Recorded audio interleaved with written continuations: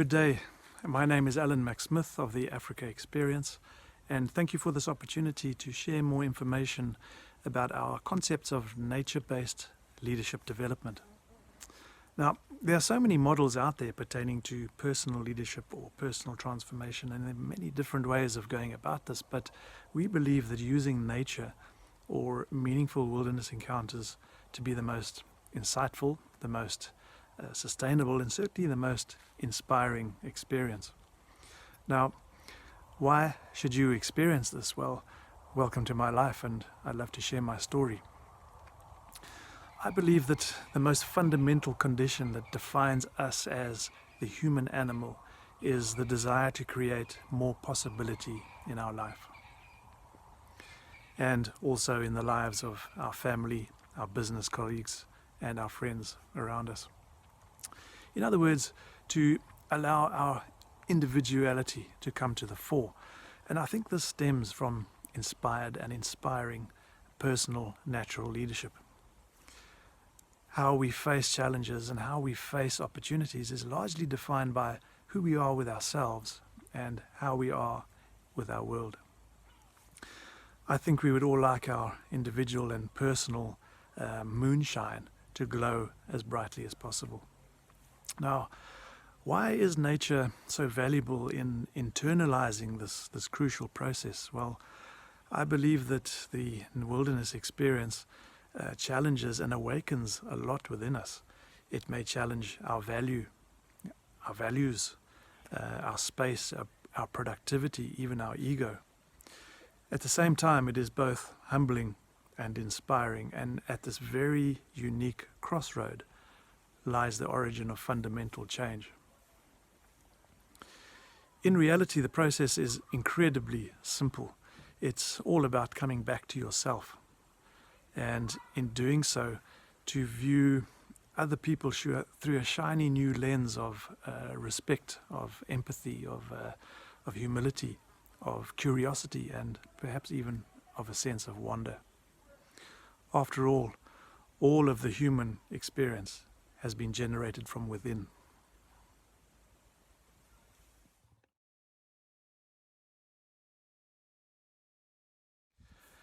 To explain a little more about this, I'd like to invite you to step back in time and backtrack along a 3 million year old evolutionary timeline that we have been on.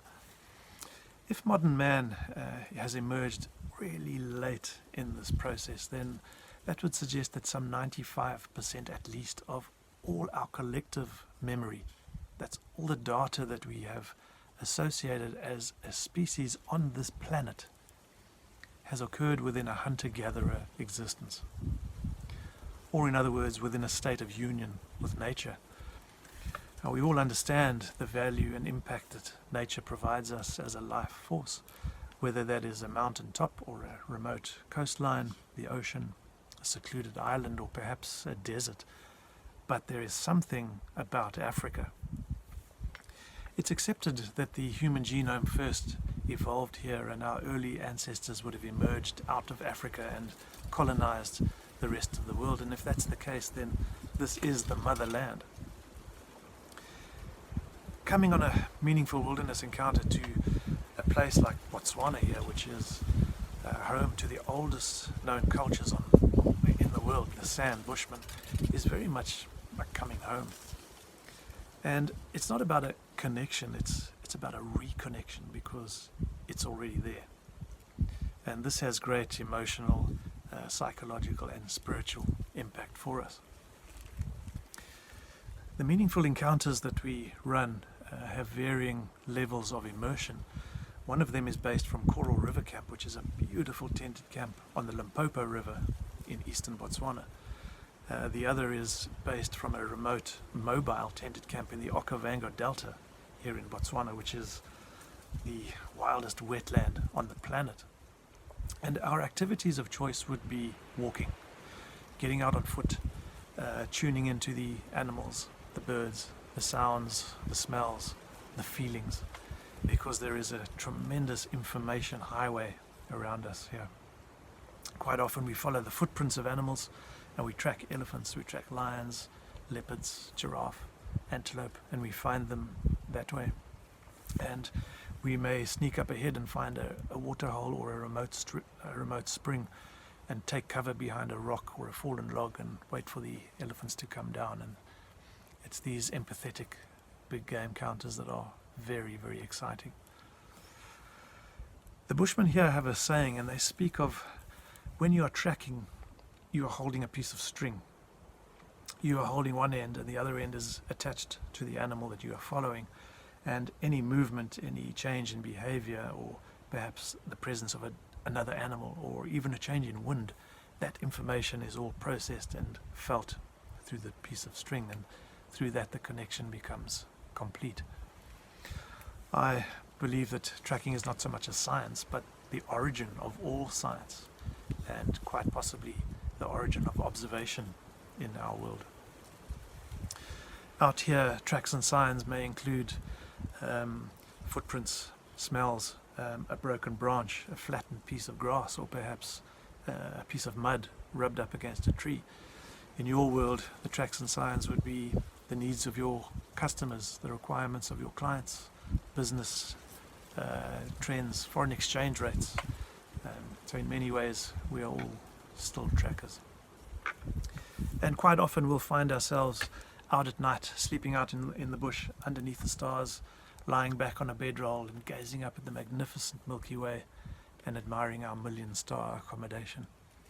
And of course, we have the company of a legendary African campfire to keep the shadows at bay. Now, what these activities all have in common is they tend to challenge the comfort zone, and the more you push this line, the more rewarding it becomes.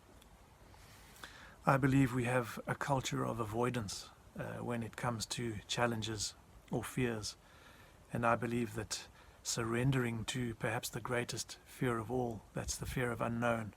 Once you do that, then a beautiful and meaningful chapter will slowly unfold in front of you. The bush is a redemptive space. We are all welcome here, whether you are a doctor or an astronaut or a surfer. It's not really relevant, and we are all bound by this ancient humility.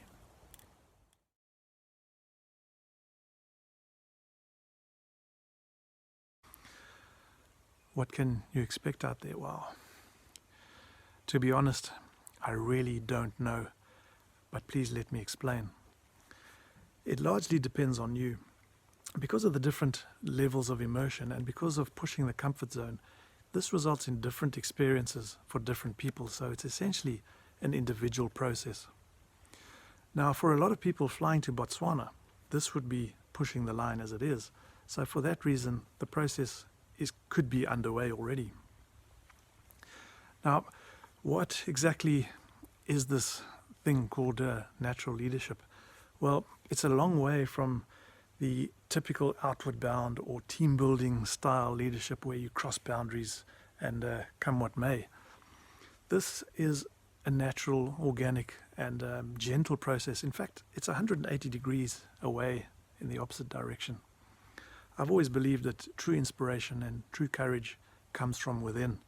And this is what this is about. It's about internalizing this process and coming close to yourself. First inward and then outward. Now, speaking to trail clients in the past, the references we receive speak of many things.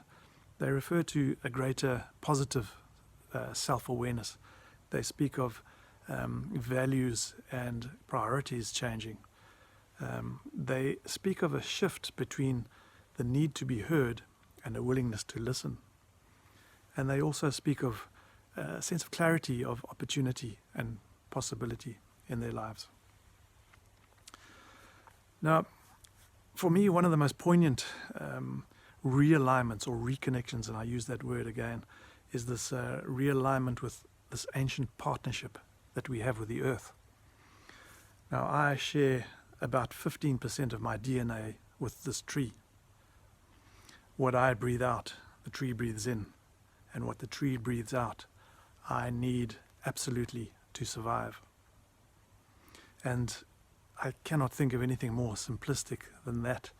And it's a realignment with this ecological literacy that we have lost. And I don't believe there's a more urgent time now in our world than ever before in the history of mankind. The Bushmen have a proverb out here, and they speak of that a person will always be remembered by the tracks he or she leaves behind. And I believe this to be true. And it's another mysterious question that the Bushmen pose of us. What will your legacy be? And what will the future generations of trackers discover when following the impact of your life? So, in answer to your question, I can say a tapestry of beautiful encounters.